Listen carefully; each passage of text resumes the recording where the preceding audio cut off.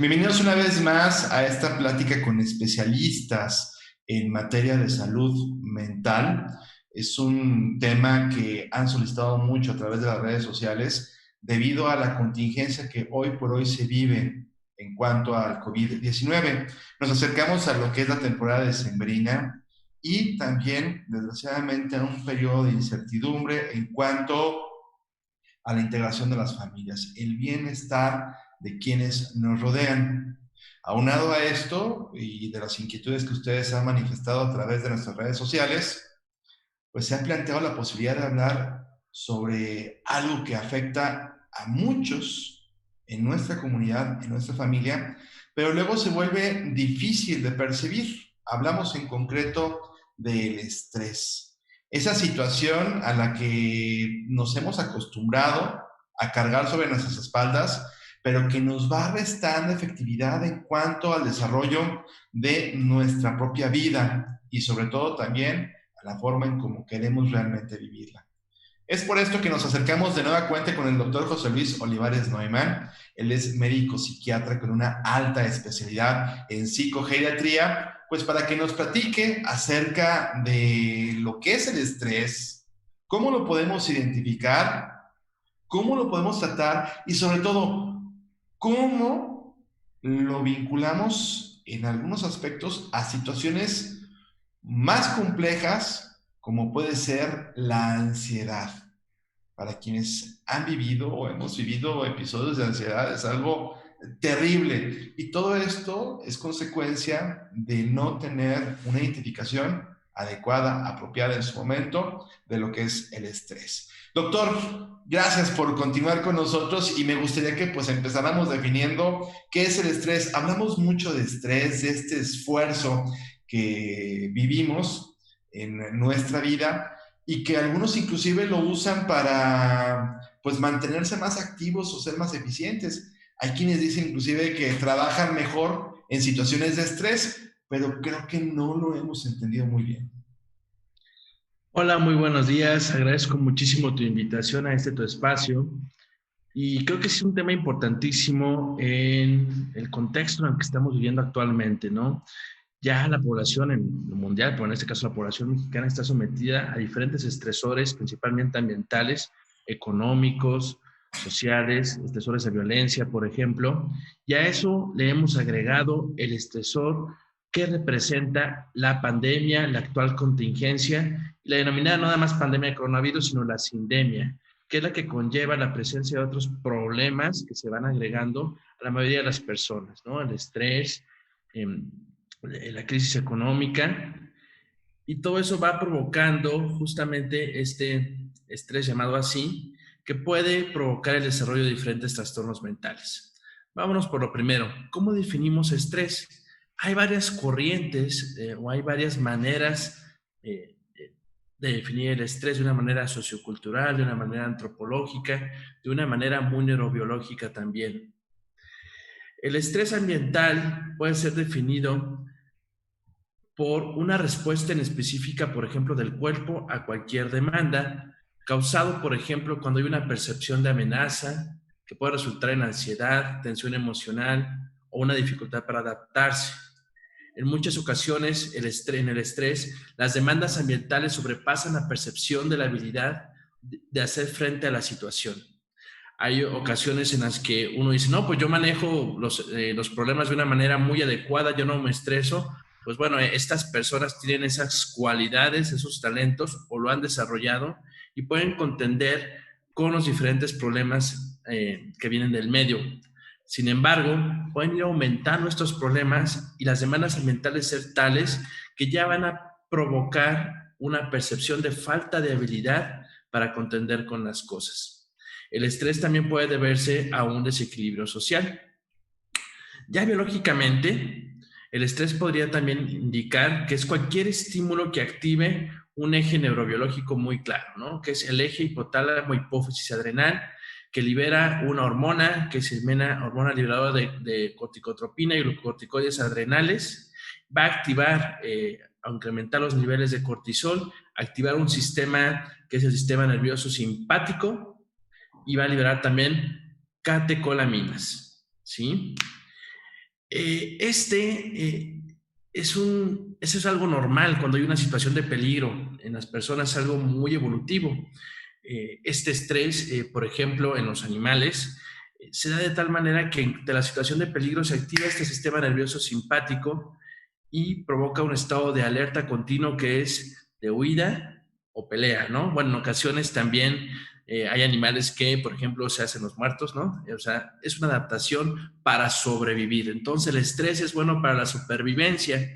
Sin embargo, con base, por ejemplo, en este síndrome general de adaptación de Selye, el estado de alerta va a provocar a su vez un estado de resistencia constante en el cual el estrés puede hacerse continuo, ¿sí? No nada más es un momento, sino repetitivo y repetitivo y repetitivo. Y el sistema del eje hipotálamo, hipófisis adrenal se va a agotar. Y este sistema al agotarse va a provocar que los niveles de cortisol aumenten de una manera exorbitante, también los de catecolaminas, y ya va a crearse un estado tóxico para diferentes partes del cerebro, diferentes estructuras también del encéfalo, y va a provocar el desarrollo ya de sintomatología como tal, y puede provocar inclusive atrofia cerebral. Entonces, el mensaje es que el estrés es algo natural, es algo, entre comillas, normal, pero que en exceso nos puede provocar el desarrollo de múltiples trastornos. Es decir, bueno, para quienes, por ejemplo, estudiaron alguna ciencia exacta, porque luego tenemos personas que nos siguen de este tipo de formación y que señalan, sobre todo ellos, los que están, por ejemplo, en zonas industriales, es como traer una camioneta cargada permanentemente. Entonces, esto pues va a implicar a final de cuentas un desgaste. Uno puede decir, si es nueva, pues va, dice, no, pues no pasa nada, puedo traer la cajuela llena con toda mi herramienta y todo mi equipo. Pero a la larga va a haber, pues, fatiga, mayor consumo de gasolina. Y si no les damos los servicios, pues obviamente los daños a mediano y largo plazo, pues pueden ser mayores. Porque pues cuando hablamos de estrés, hablamos de un esfuerzo adicional que estamos realizando para poder sobrevivir. Entonces, esto puede llevar a una fatiga mental, doctor. Totalmente. Sí, inclusive el estrés, como mencionaba, puede ser bueno. Ciertos niveles de estrés son los que provocan, por ejemplo, formación de sinapsis a nivel cerebral, una potenciación de las neuronas, ¿sí? El aprendizaje, por ejemplo, a través del estrés. No sé si les ha pasado que tienen que aprender algo rápidamente, están muy estresados o que inclusive ante una situación algo traumática o urgente, se queda impregnado en su memoria, ¿no? Sin embargo, como mencionaba, al continuar ese estrés, ya va a haber una supresión de la plasticidad cerebral y va a haber una pérdida de la homeostasis, que es otro término muy interesante y muy importante del cual quiero comentar. La homeostasis en términos simples es un equilibrio, ¿sí? Es ya un poco más, hablando un poco más claro, es la capacidad de mantener una condición estable en la cual estamos compensando los cambios en el entorno cuando se intercambia energía, ¿sí? Y materia con el exterior. Es un equilibrio. Esto, bueno, según la definición de Walter Cannon. Entonces, con el estrés continuo, logramos mantener equilibrio, pero hay más estrés y este equilibrio se rompe. Entonces, ya no hay manera de regularnos y mantener la balanza equilibrada y viene la presencia de cierta sintomatología. Por ejemplo, el incremento en el estado de alerta provocado por el estrés va a provocar sintomatología neurovegetativa muy clara, como puede ser aumento de la frecuencia cardíaca, vasodilatación y una sensación de hipervigilancia, de estar siempre alerta, de ver qué va a suceder en nuestro entorno para poder contender inmediatamente con lo que sucede. Es decir, esta famosa hipervigilancia es pues tan sencillo como pérdida del sueño, que estamos en las noches, híjole, es que tengo que resolver esto y es que tengo que hacer esto y no lo puedo resolver y entonces le estamos dando vueltas a nuestra maquinaria, a nuestro propio motor, que en óptimas condiciones nos permitiría encontrar respuestas adecuadas, pero como hemos abusado de este mecanismo, pues podemos decir que se queda ciclado. Así es. algo de lo que comentó frecuentemente con los pacientes, ¿no? Ya yéndonos ya algo más de solo estrés, sino de los trastornos de ansiedad, es la diferencia entre ansiedad y preocupación. La preocupación va muy dirigida a resolver un problema, una meta. ¿Es necesario preocuparnos para poder poner manos a la obra? En muchas ocasiones sí, ¿no? Es como quien dice, yo solo me manejo con estrés, ¿no? Ujú. Preocupado. Pero en ansiedad es totalmente inespecífica y es una preocupación por cualquier situación y no hay algo que resolver como tal, sino todo el tiempo está preocupado y la persona no sabe ni de qué y se asocia a la sintomatología física que estábamos comentando. Aparte de las palpitaciones, por ejemplo, puede haber temblor ocasional, cefalea, dolor de cabeza tensional, puede haber sudoración continua, escalofríos continuos, y eso ya no es normal, eso requiere una valoración y una intervención adecuada.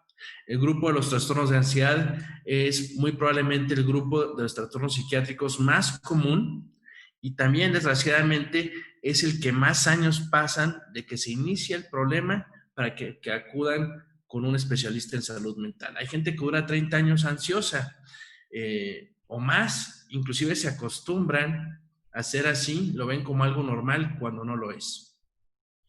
Generalmente ligamos la palabra ansiedad a aquel que tiene muchos tics. Bueno, no, ya estamos hablando ya de lo que es el rubro del doctor Carlos Manuel Guerra Galicia, quien es especialista en movimientos anormales, concretamente lo que son los tics, pero alguien que tiene mucha movilidad, que está, por ejemplo, que está con la fichita, o que está con las llaves, o que está viendo una película y se mueve mucho. No, es que esta persona es muy ansiosa, pero realmente la ansiedad como tal, ya son situaciones incapacitantes para lo que es la realización de alguna tarea. Me gustó la forma en cómo diferenciaba la parte de preocupación de ansiedad, porque la preocupación tiene que ser, de acuerdo a lo que usted nos explicaba, un estado previo a lo que es la ocupación para resolver las cosas. Sin embargo, la ansiedad como tal, ya tiene implicaciones pues complicadas. Por ahí algunas personas que se han acercado con nosotros y que nos hablaban sobre la ansiedad, preguntando sobre este tema, me decían, es que siento que se me vacía el estómago, siento de que no puedo respirar, empiezo a tener sensación de vómito, pero cuando quiero vomitar, no puedo. Siento que tengo algo que hacer, pero no encuentro qué, ni el cómo, ni el dónde. ¿Esto cómo lo podemos identificar? Porque es más común de lo que a veces creemos.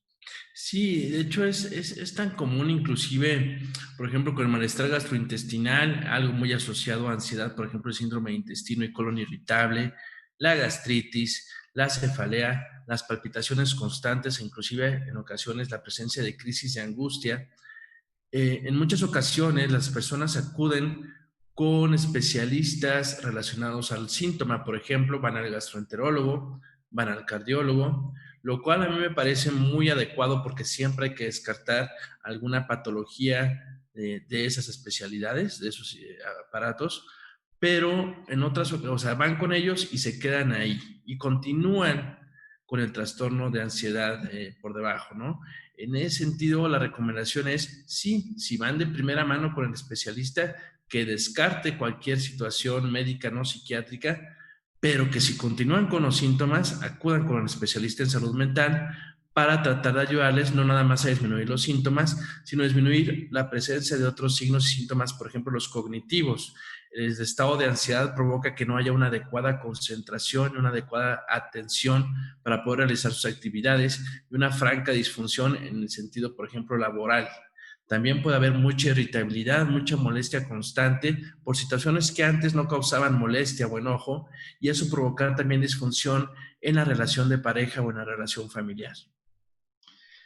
Es decir, cuando hablamos de ansiedad, estamos hablando de algo con lo que podemos vivir muchas personas, que a lo mejor experimentamos y lo sentimos como un mecanismo de positivo en cuanto a nuestro ámbito laboral y social, pero que realmente más que sumar, nos está restando.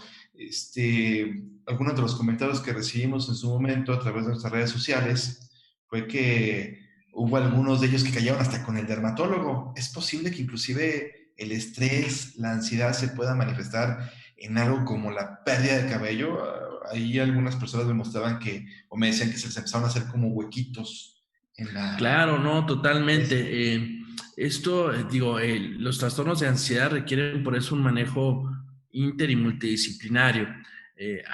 Por ejemplo, dermatopatías que se asocian a la presencia de estrés. No que sea el estrés directamente causante, eso es muy importante mencionarlo, Ujú. pero sí es muy benéfico el disminuir la cantidad de ansiedad y de estrés para que haya una mejora. Ciertos tipos de alopecia, como la alopecia areata, tengo entendido, y la presencia también por ejemplo, de vitiligo, de dermatitis atópica, se hace un círculo vicioso.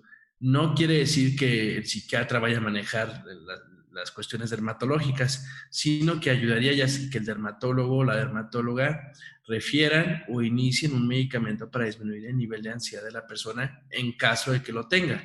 Hay ocasiones que pueden presentarse esas entidades dermatológicas sin necesidad de que haya una ansiedad percibida. Ok. Y bueno, aquí está la parte importante.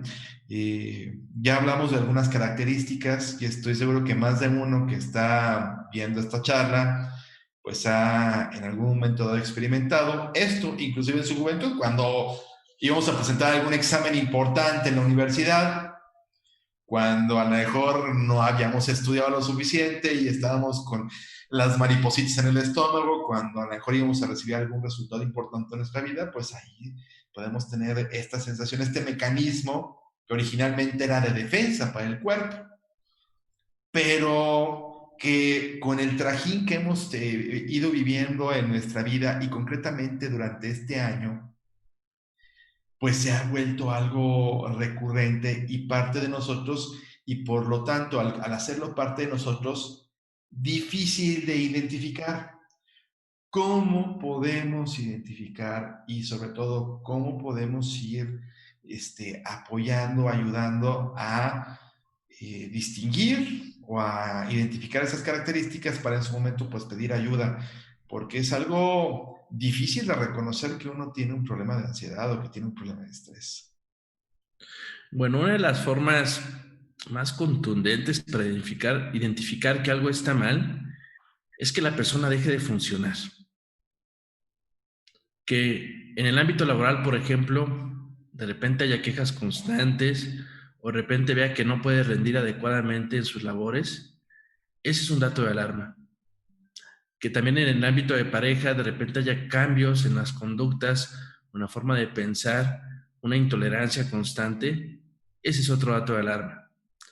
Los que tienen hijos, por ejemplo, que pues a veces la tolerancia con los hijos se llega al límite, también es otro dato de alarma.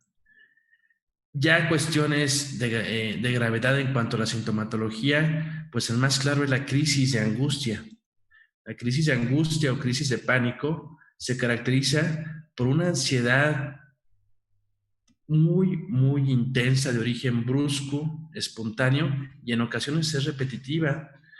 Esta ansiedad alcanza su máximo en pocos minutos y se acompaña por una alta cantidad y de intensidad extrema de síntomas físicos, palpitaciones, molestias precordiales en el pecho, la gente la confunde con infartos, dificultad para respirar, mareos, temblor, sudoración y escalofríos. La gente con esta crisis de angustia que dura pocos minutos suele tener una sensación de que se va a morir inminentemente o de que va a perder el control o se va a volver, se va a poner muy mal. Y generalmente a la persona la deja muy cansada. Muchos, por ejemplo, cuestiones de urgencias, acuden a urgencias cuando se presenta esta crisis de angustia y no, no se encuentra no se encuentra nada, ¿no? Entonces egresan sin un manejo adecuado. Vuelven otra Es vez. exactamente.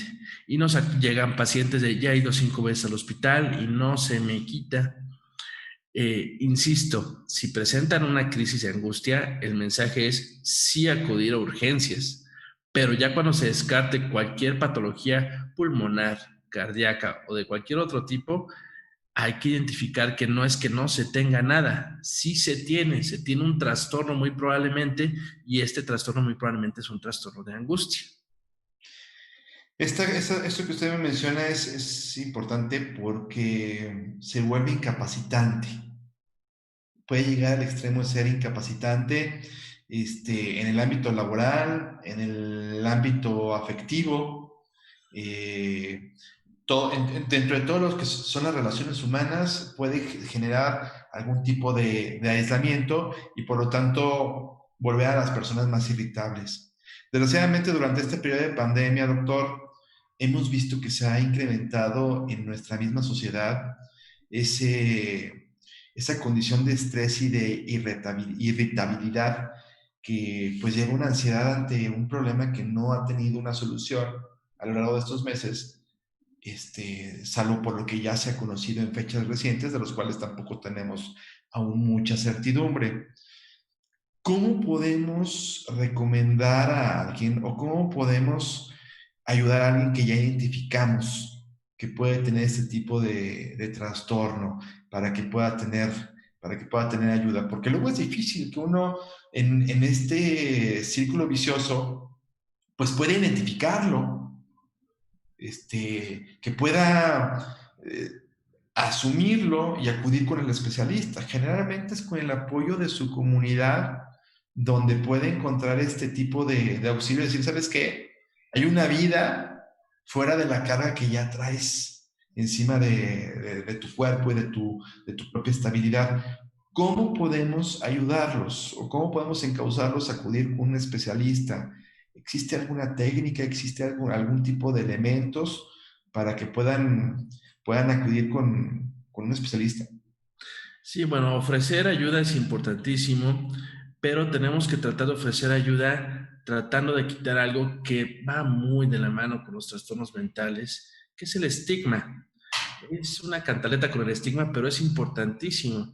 La gente no identifica que un trastorno mental definitivamente es parte de un proceso de enfermedad, que hay un órgano el cual está siendo afectado, que en este caso algunas estructuras cerebrales, algunos circuitos cerebrales, es lo que se ha visto en las condiciones de ansiedad, y que al ser un órgano afectado es susceptible de un tratamiento farmacológico y psicoterapéutico.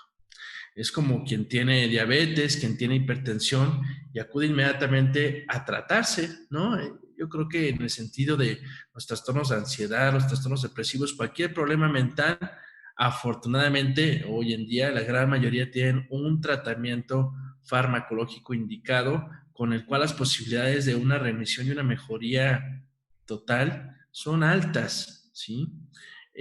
Entonces, el mensaje es ofrecer ayuda, decirle, hay especialistas que tratan este tipo de problemas, que no es una cuestión de echarle ganas, que no es una cuestión de modificar ya algunos aspectos de la vida.